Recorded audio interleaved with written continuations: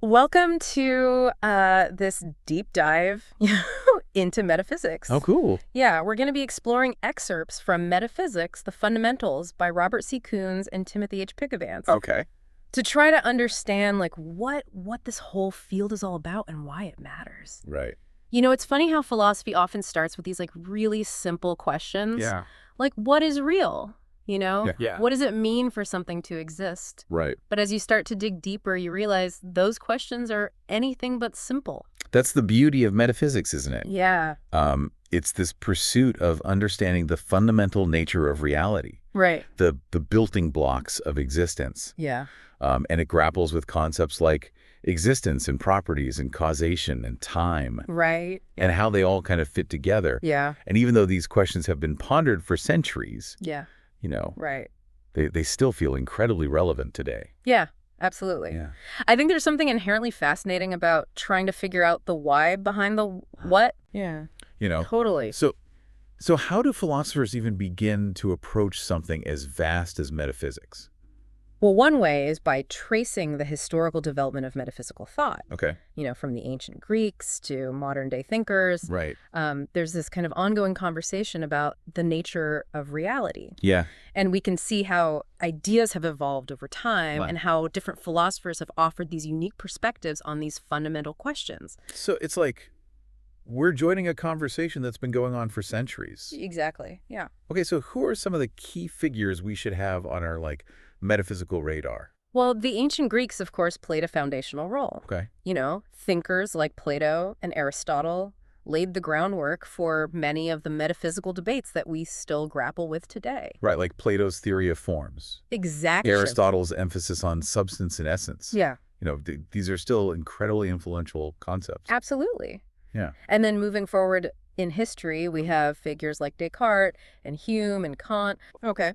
Who each made significant contributions to metaphysical thought. Right. Descartes, with his focus on radical doubt and the search for certainty, really shook things up. Yeah. And then Hume came along and questioned the very basis of causation. Right. Which had a huge impact on how philosophers approached this concept. Okay. And Kant, with his Copernican revolution in metaphysics, where the human mind takes center stage in shaping our experience of reality. Right. Yeah. Wow. It's amazing to think about how these ideas from centuries ago are still shaping how we understand the world today. I know, it's incredible.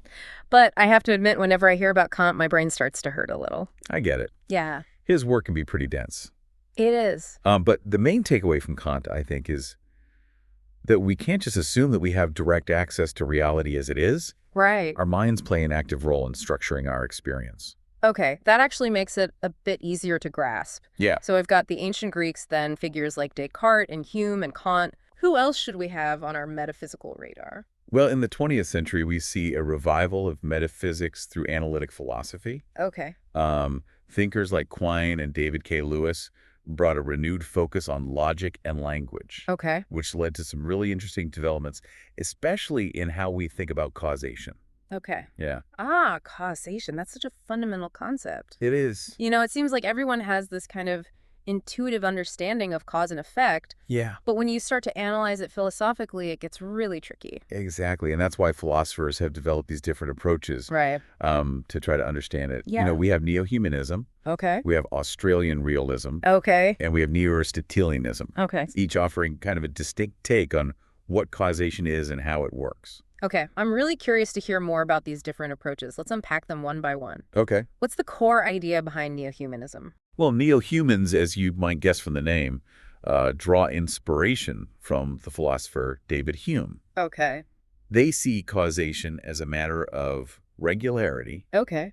and constant conjunction between events. No, it's about observing how events consistently follow each other. Exactly. Okay. And forming expectations based on those patterns. Like predicting the sunrise. Exactly. We expect the sun to rise every morning because we've observed that pattern consistently in the past. Yeah, that's the essence of causation for neo-humans. Right. It's about identifying these reliable patterns in the world. Okay, that makes sense. Yeah. It's a very empirical approach. It is. It focuses on what we can observe. Yeah. But doesn't this run into problems with situations where we haven't observed enough instances to establish a clear pattern?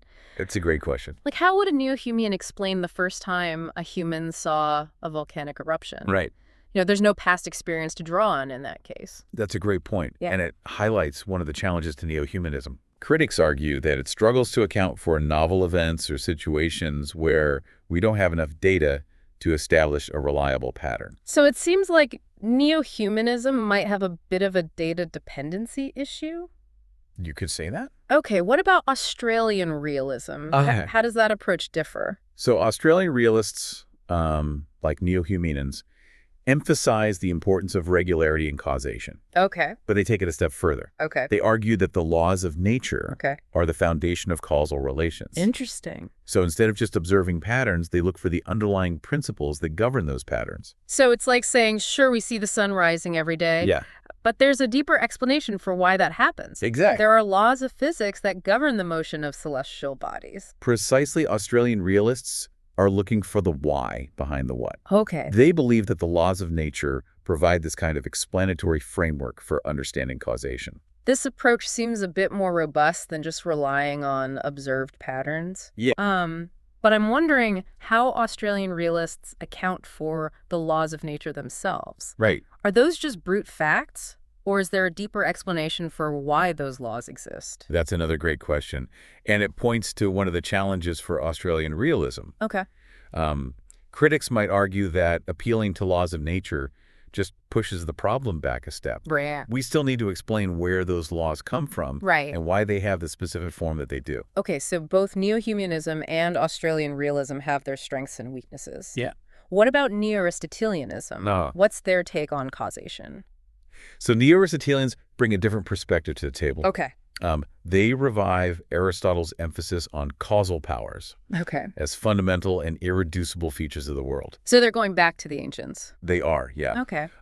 They believe that things have these inherent tendencies to act or be acted upon in specific ways. Okay. It's like saying that a fragile vase has a disposition to break if dropped. It's not just that we've observed vases breaking in the past. Right. It's that there's something about the nature of the vase itself Yeah. that makes it susceptible to breaking. Okay. I like that. Yeah. So it's about looking beyond the surface patterns Exactly. and identifying these like intrinsic properties of things that explain how they interact with the world. Yeah, it's about the nature of the things themselves. Okay. Yeah. But how does this help us understand causation? So neo-Aristotelians argue that causation is fundamentally about the exercise of causal powers. Okay. When a vase breaks, it's because its disposition to break was activated by the event of being dropped. Okay. The dropping didn't just precede the breaking. Right. It actually brought about the breaking by triggering the vase's inherent power to shatter. So it's not just about correlation or regularities, but about this active role that causal powers play in bringing about events. Exactly. Causal powers are the driving force behind change in the world, according to neo-Aristotelians. This approach seems really intuitive to me. And it seems to avoid some of the problems we encountered with the other two views. It does seem to offer a more robust account in certain ways. But I'm sure it has its own set of challenges. Of course. Like, for example, how do we identify these causal powers? Right.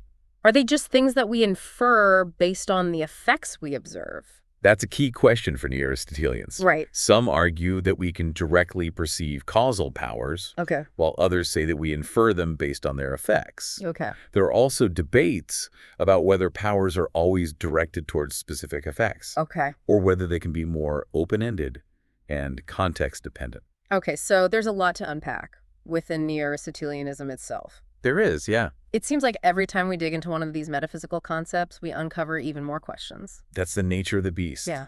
Metaphysics is all about pushing the boundaries of our understanding Right. and asking those really deep questions about the nature of reality. I'm definitely feeling that. We've covered 3 different approaches to causation, We have. and I'm already feeling a bit philosophically stretched. I can imagine. But before we move on to the next topic, I think it's worth reflecting on why these different views on causation even matter. Absolutely. It's easy to get lost in the theoretical weeds, Yeah. but ultimately we want to know how these ideas connect to our understanding of the world and ourselves. Exactly. Think about it this way. Okay. Imagine you're a scientist trying to develop a new drug. Okay.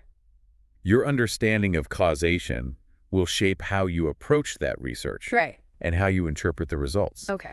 If you're a historian trying to explain the causes of a war, your theory of causation will influence how you analyze the evidence Okay. and the conclusions that you draw. Right. Even in everyday life, our understanding of causation shapes how we make decisions, Yeah. how we assign responsibility, Right. and how we understand the flow of events. Those are great examples. Yeah. It shows how even these seemingly abstract philosophical debates They have real-world implications. They do. Yeah, okay. I'm convinced causation matters. Good. Now I'm ready to dive into the next metaphysical rabbit hole. All right, let's do it. What other kind of mind-bending concepts are waiting for us?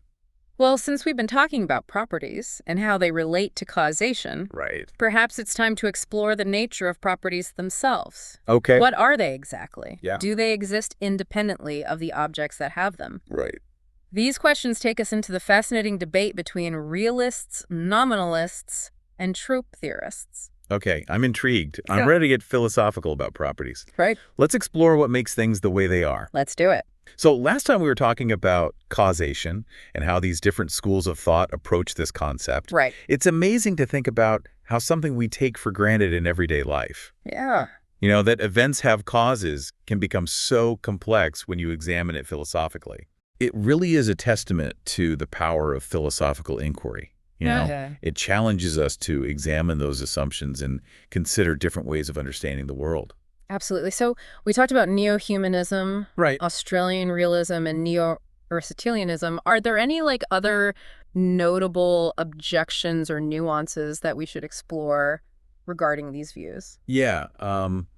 One issue that comes up frequently is the problem of induction, Okay.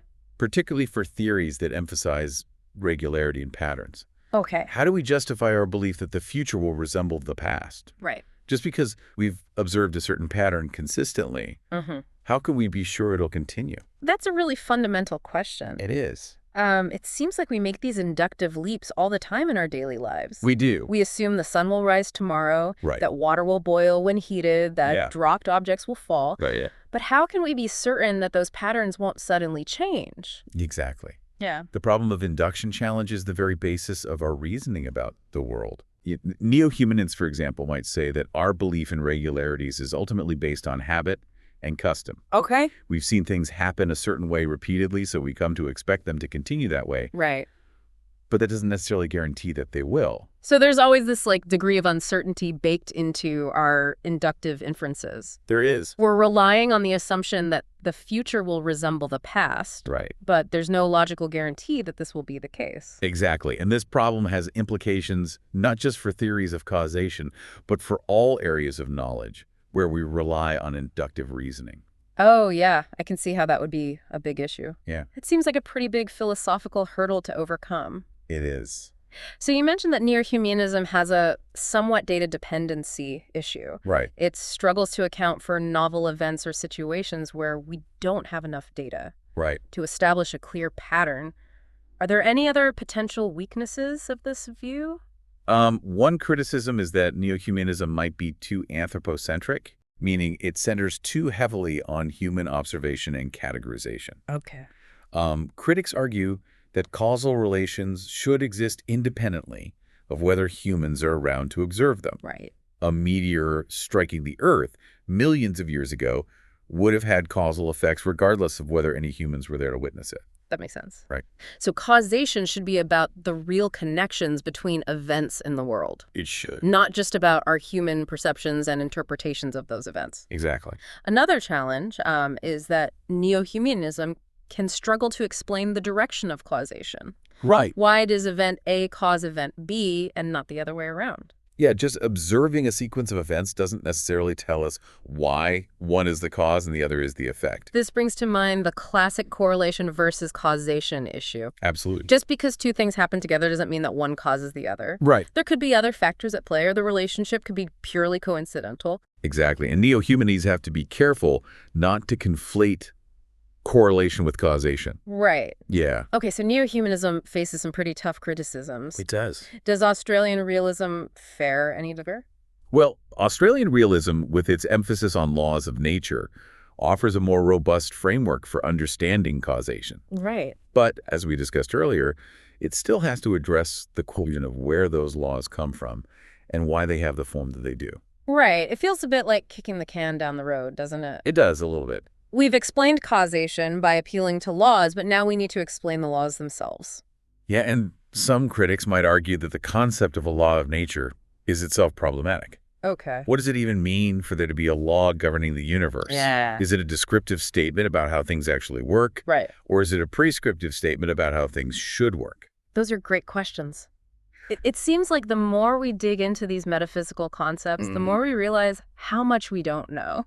That's the beauty of it. Yeah. Metaphysics invites us to grapple with the biggest questions about the nature of reality, Right. even if definitive answers remain elusive. I agree. Okay, so we've revisited neo-Humanism and Australian realism.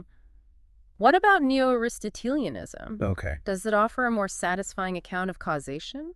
Well, neo-Aristotelianism, with its focus on causal powers, has gained a lot of traction in recent decades. Right. It seems to offer a more intuitive way of understanding how events are brought about and why they happen in a particular order. Yeah, I agree. The idea that things have these inherent dispositions to act or be acted upon makes a lot of sense to me. It does. But I recall you mentioning that there are different interpretations within neo-Aristotelianism itself. Right. Could you elaborate on those a bit? Certainly, one key distinction is between structuralists and anti-structuralists. Okay. Structuralists argue that properties are individuated entirely by their causal powers, Okay. meaning that a property is defined solely by what it can do and how it interacts with other properties. Yeah. Anti-structuralists, on the other hand, contend that properties have an intrinsic qualitative character in addition to their powers. So for a structuralist, the property of redness, for example, would be defined entirely by how red things interact with light, with our eyes, with other objects. But for an anti-structuralist, there would be something more to redness There would. than just its causal profile. There would be a certain qualitative feel to it Right. that we experience when we see red. Exactly. And this debate has implications for how we understand the nature of properties Right. and the relationship between our subjective experiences and the objective world. This is getting really deep. And that's fun. I can see how this debate connects to other areas of philosophy, like the philosophy of mind and perception. It does, and it shows how these different areas of philosophy are often intertwined. Right. Okay. So we have structuralists and anti-structuralists within neo-Aristotelianism. We do. Are there any other key debates or challenges that we should be aware of? Yeah. One common objection to neo-Aristotelianism is that it might lead to causal redundancy. Okay. If a whole is composed of parts, and both the whole and the parts have causal powers, Right. do those powers overlap? Yeah. Do we end up double counting the causal work that's being done? That's an interesting point. Yeah. It makes me think of the classic example of a car. Okay. The car as a whole can move, Right. but so can its individual parts like the engine and the wheels. Exactly. So are we attributing causal powers to both the whole car and its parts, even though the car's movement is ultimately due to the movements of its parts? Exactly. And neo-Aristotelians have to grapple with this potential problem of overdetermination. Okay. Do we need to posit distinct causal powers at different levels of organization? Yeah. Or can we reduce the powers of wholes to the powers of their parts? It seems like that would depend on whether you think there are emergent properties. It does. Properties of a whole that are not simply reducible to the properties of its parts. You're right. The concept of emergent properties is closely tied to debates about causation Yeah. and the relationship between parts and wholes. Okay, so neo-Aristotelianism has a lot going on. It does. It seems like a promising approach, but it also faces some tricky philosophical puzzles. It does, but that's what makes metaphysics so engaging. I agree. It's about grappling with these fundamental questions Right. and trying to develop these coherent and insightful accounts of how the world works. Yeah, I'm definitely feeling challenged, but in a good way. Good. Now, before we wrap up this part of our deep dive, you mentioned earlier that we'd be exploring the nature of properties themselves. Right.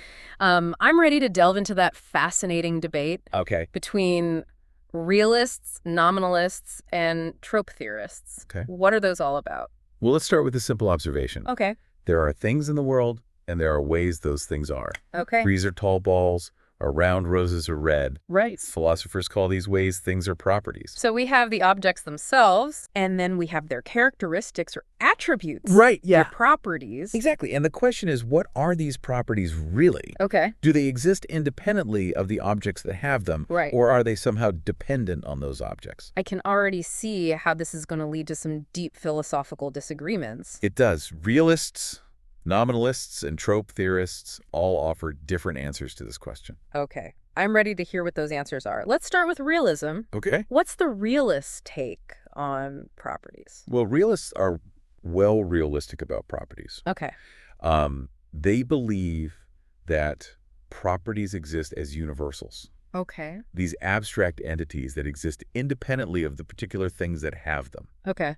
So there's a universal redness, for example, Okay. that exists even if there were no red objects in the world. So it's like saying there's this realm of abstract entities, the universals, and then the concrete objects we encounter in the world are just particular instances of those universals? Exactly. Realists argue that universals are necessary to explain how different objects can share the same properties. Okay. If two roses are both red, Right. it's because they both participate in the universal redness. Okay. That makes a certain amount of sense. Yeah. But I'm wondering how we access these universals. Right. Are they something we can perceive directly? That's a great question. Or do we infer their existence based on our observations of the world? And it's one that has divided realists throughout history. Okay. Some, like Plato, believe that we could access the realm of forms, which are essentially universals, through reason and contemplation. Okay. Others argue that we infer the existence of universals based on the best explanation of the world we experience. Okay. If different objects can share the same properties, the simplest and most elegant explanation, they say, is that there are universals that those objects exemplify. Okay, so there are different views within realism about how we come to know these universals. There are. But are there any objections to realism itself? It seems like a pretty bold claim to say that there are these abstract entities existing independently of the concrete world we experience. Yeah, one famous objection is Bradley's regress, which points out a potential infinite regress problem. Okay. If we need a relation to connect universals to particulars, like the relation of exemplification, then what connects that relation to the universal and the particular? Do we need another relation and then another, and so on ad infinitum? So it's like asking what connects the connector. Exactly. And if we keep needing more and more connectors, we never get to a solid foundation. Bradley's regress is a serious challenge for realists. Right. And they've come up with various responses to try to address it. Okay, so realism faces some tough questions. It does. What about nominalism? How does that differ from realism? So nominalism, as the name suggests, focuses on names. Or more broadly on language. Nominalists reject the existence of universals and argue that we can explain properties without positing these abstract entities. Okay, so if there are no universals, how do nominalists explain why different things can share the same properties? Right. If two roses are both red, but there's no universal redness that they both participate in, what's the explanation? Well, there are actually different types of nominalism. Each with its own strategy for addressing this challenge. One type is class nominalism, which identifies properties with classes of particulars. So instead of saying there's a universal redness, a class nominalist would say that redness is simply the class of all red things. Exactly. It's a more concrete approach. Focusing on the actual objects in the world rather than positing these abstract entities. So class nominalism gets rid of universals by grouping similar objects together. What about the other types of nominalism? What are their strategies? Another type is resemblance nominalism, which grounds properties in resemblance relations between particulars. So two things are red, for instance, because they resemble each other in a particular way. So it's not about belonging to a class, but about sharing a specific kind of resemblance. Exactly. And the third type, predicate nominalism, takes a more linguistic approach.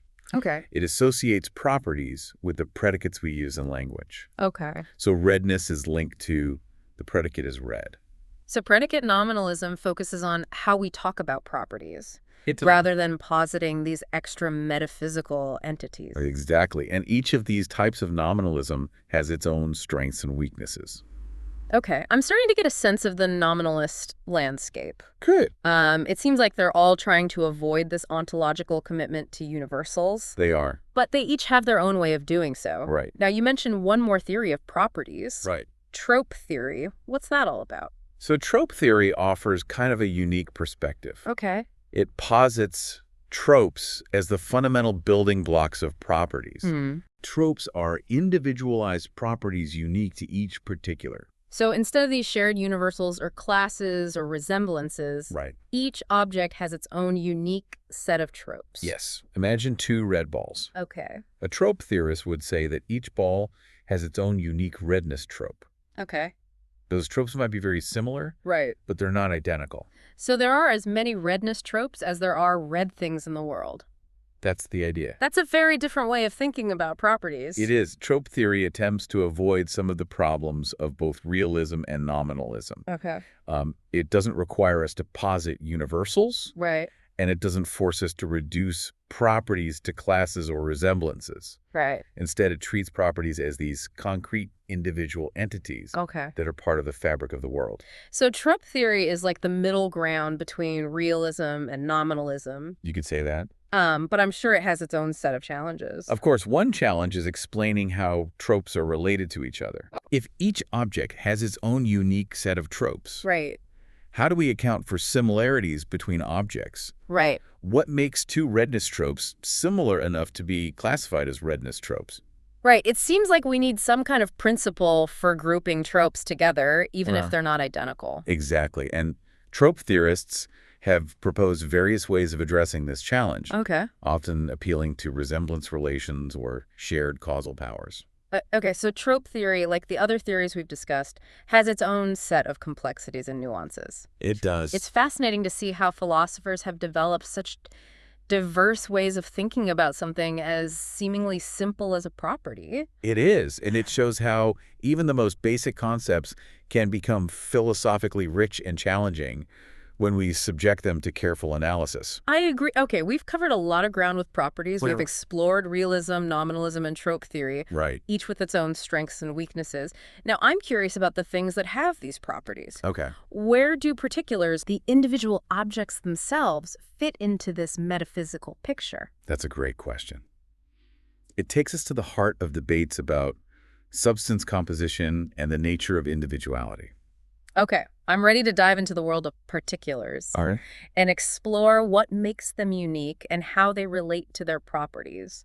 What are the main theories about particulars? Well, one way to think about particulars is to distinguish between substances and non-substances. Okay. Substances are traditionally considered fundamental, independent entities. Okay. The things that exist in their own right. Okay. Non-substances, on the other hand, are dependent entities. Okay. They exist in relation to substances. Okay. Can you give me some examples of substances and non-substances? Sure. So a tree would typically be considered a substance. Okay. It exists as a distinct, independent entity. Okay. A shadow, on the other hand, is a non-substance. Okay. It depends on the existence of a substance, the object casting the shadow and the presence of light. So substances are like the main characters in the story of reality, and non-substances are more like supporting characters. That's a helpful analogy. Okay.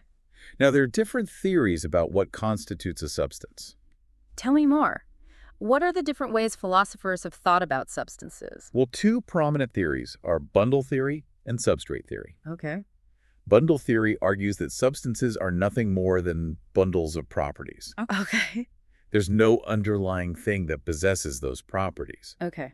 The properties themselves constitute the substance. So a tree, according to bundle theory, is just a collection of properties like greenness, tallness, having roots, and so on. Exactly. There's no mysterious treeness over and above those properties. That's a radical idea. It is. What about substrate theory? Substrate theory posits that substances have an underlying substrate that holds the properties. Okay. This substrate is a bare particular devoid of any intrinsic properties of its own. So it's like an empty container that gets filled with properties. Yeah, you could think of it that way. Substrate theory attempts to provide a foundation for properties, something for them to inhere in. Okay, so bundle theory says there's no underlying substance, just a collection of properties. Right. While substrate theory says there is an underlying substance. Right. But it's this bare particular without any properties of its own. Right. It seems like both views face challenges. They do.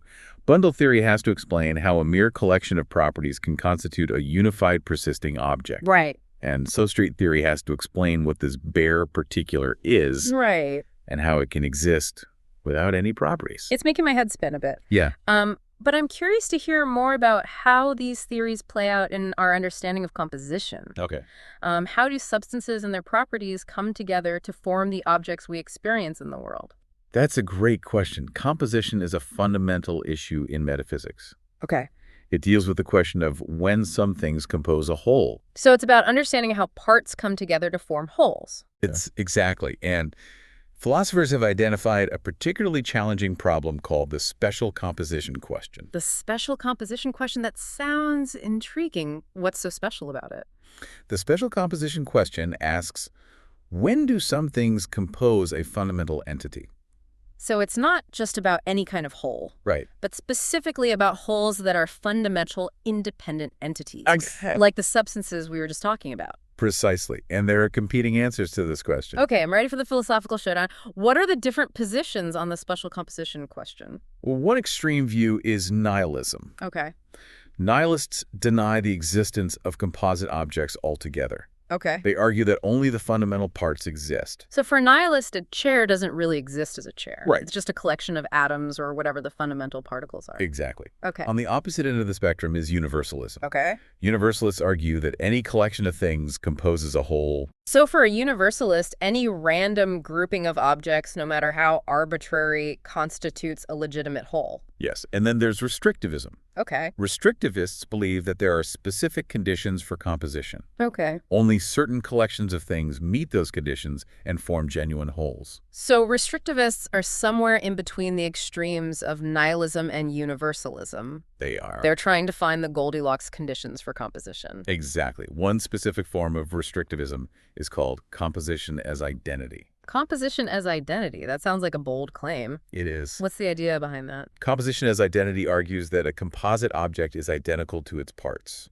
So a chair, according to this view, isn't just made up of its parts, it is its parts. Yes. This view raises all sorts of questions about the relationship between parts and wholes. Okay. And the ontological status of composite objects. Okay, so we have nihilism, universalism, restrictivism, and composition as identity. This is getting pretty metaphysically complex. It is. And to make things even more interesting, philosophers have introduced the concepts of gunk and junk. Gunk and junk, those sound like they belong in a metaphysical junkyard. What are those all about? Gunk refers to something that has parts, but no atomic parts. Okay. It's infinitely divisible with no fundamental building blocks. So it's like a never-ending Russian nesting doll. Exactly. Always another layer to uncover. And junk refers to something that always belongs to larger wholes. Okay.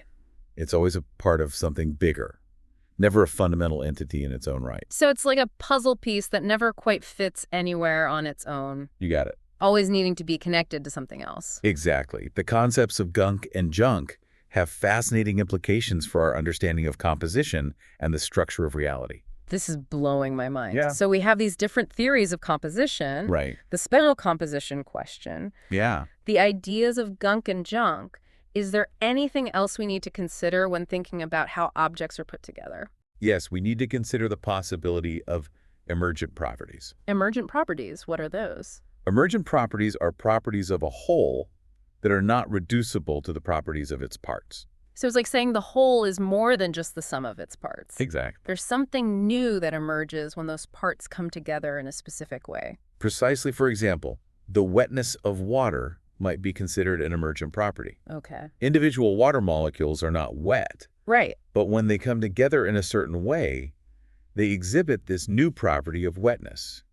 That's a great example.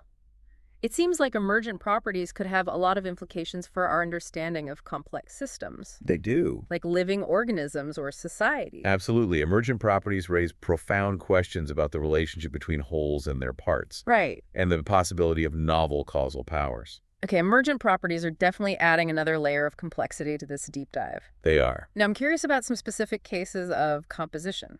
What about living things? Where do they fit into these different theories?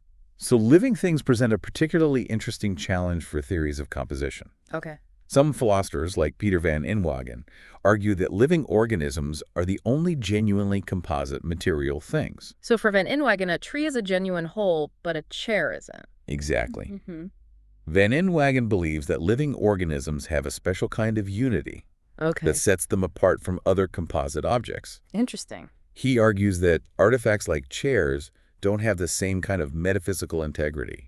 I can see why he might make that distinction. Living things seem to have a kind of internal organization and purpose. Right. That most artifacts lack. Exactly. And van Inwagen believes that this internal organization is essential for genuine composition. That's fascinating. It makes me wonder about other entities that seem to blur the lines between living things and artifacts like robots. Right. Where would they fit into the scheme? Robots are a really interesting case. They are. They exhibit these complex behaviors. They can adapt to their environments. Right. Some can even self-repair. Right. These features raise questions about whether they might be considered emergent substances with genuine metaphysical unity. So it's like asking, at what point does a sufficiently complex machine become a genuine entity in its own right? Precisely. It's a question that pushes the boundaries of our understanding of composition and the nature of being. This deep dive is taking us to the very edge of metaphysical thought. It is. Now I'm curious about time. Okay. Does it flow? Ah, yes. We've touched on it in relation to causation. Right. But it seems like a topic worthy of its own exploration. It is. The nature of time is one of the most fundamental and perplexing questions in metaphysics. I agree. Okay. I'm ready to explore the mysteries of time. Let's do it. What are the main theories about time? Okay. And how does it relate to all these other concepts we've been discussing? Well, one way to approach the question of time is through McTaggart's A series and B series. Okay. Two different ways of understanding temporal relations. Okay, remind me about the difference between the A series and B series. Sure. So the A series relates times to the present, past, present, or future. Okay. It's how we experience time's flow. Okay. The B series, on the other hand, is about relations between times. Okay. Earlier than simultaneous with or later than. So the A series is subjective and experiential, while the B series is objective and relational. Exactly. Now, A theorists believe that A series propositions correspond to real, objective facts about the world. Okay. They argue that time really does flow. So for A theorists, the present moment has a unique ontological status. It does. It's the now that's constantly moving forward. Precisely. B theorists, in contrast, hold that only B-series propositions express objective facts. Okay. They argue that A-series propositions are just a matter of perspective relative to our position in time. So for B theorists, there's no real now that's moving. Right. All moments in time are equally real and exist tenselessly. Exactly. It's like a block universe where all moments coexist. Okay, I'm starting to grasp the core difference. What are some of the arguments for and against these theories? Well, one argument for A theory is that it seems to align with our everyday experience of time's flow and the reality of change. Okay. We feel the present slipping away, becoming the past. It's that feeling of time's arrow moving forward. Right. We anticipate the future and remember the past, but we live in this ever-shifting present. Exactly. Right. B theory, however, has gained support from modern physics. Okay. Particularly the theory of relativity. Ah, so B theory has some scientific backing. Okay. How does relativity support the B theory view? Well, relativity suggests that there's no absolute simultaneity. Okay. Whether two events are simultaneous depends on the observer's frame of reference. Okay. What's present for one observer might be past or future for another observer. So there's no single objective now. Right. That's universally valid. Exactly. And this challenges the A theory notion of a unique, objectively moving now. If there's no absolute simultaneity, it becomes harder to defend the idea that there's a special now that's constantly slipping away. That makes sense. But how do atheorists respond to this challenge? Well, some atheorists try to reconcile their view with relativity by suggesting that there might be a privileged frame of reference, perhaps tied to the cosmic microwave background radiation, which could provide a kind of universal now. Others argue that even if there's no absolute simultaneity, there's still a real objective sense in which time passes for each observer within their own frame of reference. So it's like saying that even if we can't agree on a single objective present, we can still agree that time is flowing for each of us individually. Exactly. And this leads to some really interesting questions about the nature of experience and the relationship between our subjective perception of time and the objective structure of reality. It's a bit of a philosophical rabbit hole. It is. But I love how these debates push us to think about the world in new ways. Yeah, and it's important to remember that the A theory and B theory aren't the only ways of thinking about time. Okay. Philosophers have developed other theories, like the growing block theory, which suggests that the past and present exists, Okay. but the future is still open and indeterminate. Wow. There's a whole universe of theories about time. There is. It seems like every time. So last time we were grappling with the nature of time and how objects persist through it. We talked about the A theory and B theory of time and the challenges each view faces. Yeah. I'm still trying to wrap my head around the idea of a block universe where all moments in time coexist. It is a mind-bending concept, for sure. Yeah. But I think it's worth exploring further because it has a lot of implications for how we understand ourselves and our place in the cosmos. I agree. It makes you question the very nature of change and becoming. Yeah. If all moments already exist, in what sense do things actually change? That's one of the key challenges for B theorists. Yeah. They have to explain how we account for our experience of time's flow and the reality of change if ultimately all moments are equally real. Right. Some B theorists argue that our experience of time's passage is a kind of illusion, perhaps arising from the way our consciousness moves through the block universe. So it's like saying we're experiencing a series of snapshots. Yeah. But we perceive those snapshots as a continuous flow. That's one way to think about it. Okay. Others suggest that the passage of time is real. Okay. But it's not a fundamental feature of reality. Okay. Instead, it emerges from the complex interactions between events in the block universe. I'm trying to imagine what that would look like. It's definitely a different way of thinking about time than our everyday experience suggests. It is, but one of the things I find fascinating about B theory is that it seems to align well with certain aspects of modern physics, like the theory of relativity. Right. You mentioned that earlier. How exactly does relativity support the B theory view? Well, relativity suggests that there's no absolute simultaneity. Okay. Whether two events are simultaneous depends on the observer's frame of reference. Okay. What's present for one observer might be past or future for another observer. So there's no single objective now. Right. That's universally valid. Exactly. And this challenges the A theory notion of a unique, objectively moving present. Okay. If there's no absolute simultaneity, it becomes harder to defend the idea that there's a special now that's constantly slipping away. That makes sense. But how do A theorists respond to this challenge? Well, some A theorists try to reconcile their view with relativity by suggesting that there might be a privileged frame of reference, perhaps tied to the cosmic microwave background radiation, which could provide a kind of universal now.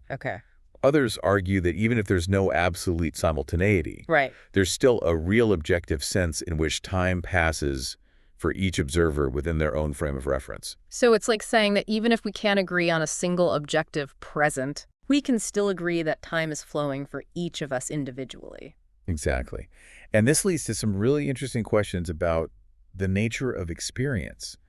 And the relationship between our subjective perception of time and the objective structure of reality. It's a bit of a philosophical rabbit hole. It is, but it's a fascinating one. Yeah. And it's important to remember that the A theory and B theory aren't the only ways of thinking about time.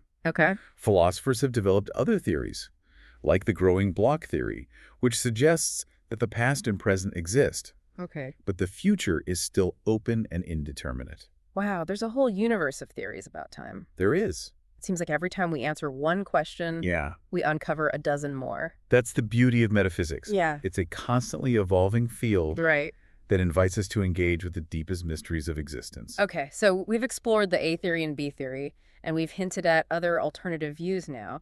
How do these theories of time connect to the issue of persistence? We talked earlier about endurantism and perdurantism, but I'm curious to hear more about how they relate to the different views of time.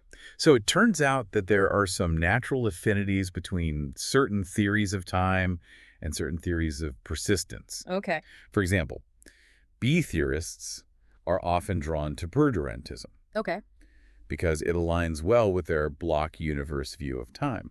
So if all moments in time coexist equally, it makes sense to think of objects as composed of temporal parts, each existing at a specific moment. Exactly. If a tree, for instance, exists across multiple moments in time, Right. and all those moments are equally real, then it seems natural to think of the tree as composed of different tree stages, Right. each located at a particular point in the block universe. I can see the connection there. Yeah. It's like saying that if time is like a spatial dimension, Yeah. then objects extended through time should be analogous to objects extended through space. Precisely. But it's important to note that these connections aren't always straightforward. Some atheorists have also defended perdurantism, Okay. arguing that even if time flows, objects might still be composed of temporal parts. So there's no one-to-one mapping between theories of time and theories of persistence. Right, the relationship between these concepts is complex and multifaceted.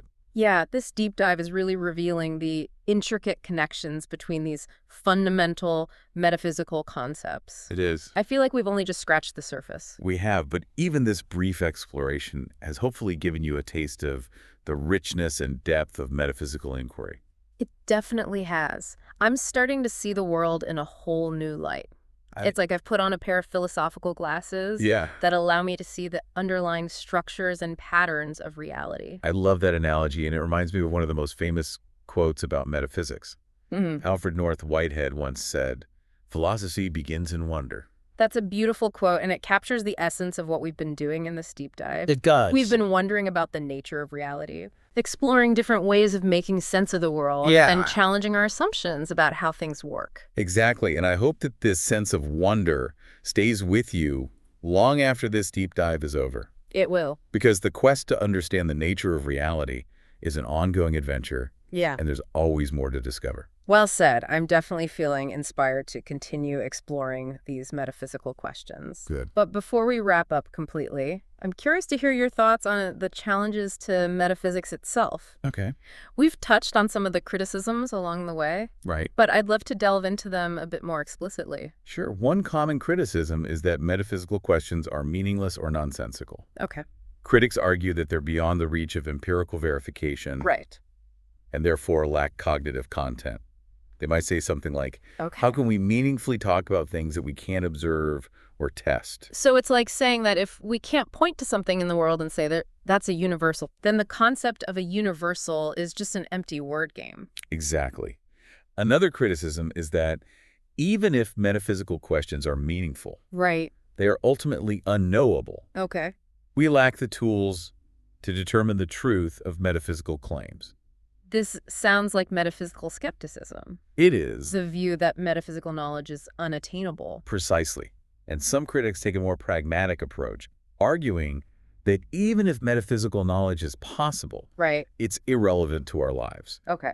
They see metaphysics as this abstract intellectual exercise with no practical implications. Okay. I might ask, does it really matter whether time flows or objects are made of temporal parts? Those are some serious challenges. How do metaphysicians respond to these criticisms? Well, metaphysicians have developed a variety of responses to these criticisms. Right. One strategy is to argue that metaphysical questions are not fundamentally different from other kinds of questions that we consider meaningful and knowable. So it's like saying we ask questions about the nature of reality all the time, even in everyday life. Right. Metaphysics just takes those questions to a deeper level. Exactly. We might ask, what is the relationship between my mind and my body? Or what does it mean for a society to be these are deep philosophical questions. They are. But we don't dismiss them as meaningless or unknowable just because they're not directly empirically verifiable. That's a good point. It seems like we're constantly engaging in metaphysical reflection. We are. Even if we don't call it that. Exactly. And metaphysicians argue that their discipline simply brings more rigor and clarity to these kinds of questions. Okay. They develop tools and frameworks for analyzing concepts, constructing arguments, and exploring different possibilities. So even if definitive answers remain elusive, the process of metaphysical inquiry itself is valuable. Exactly. It helps us to sharpen our thinking, to challenge our assumptions, and to develop a richer and more nuanced understanding of the world. Well, I'm certainly feeling a lot more philosophically informed after this deep dive. I've learned so much about the fundamental questions of metaphysics and the different ways philosophers have approached them. Me too. Yeah. It's been a pleasure exploring these ideas with you. Likewise. And I hope you continue to delve into these questions on your own. I will. There's a whole world of metaphysical wonder out there waiting to be discovered. I definitely will, and I encourage all our listeners to do the same. Yes. Keep questioning, Keep exploring and keep diving deep into the mysteries of existence.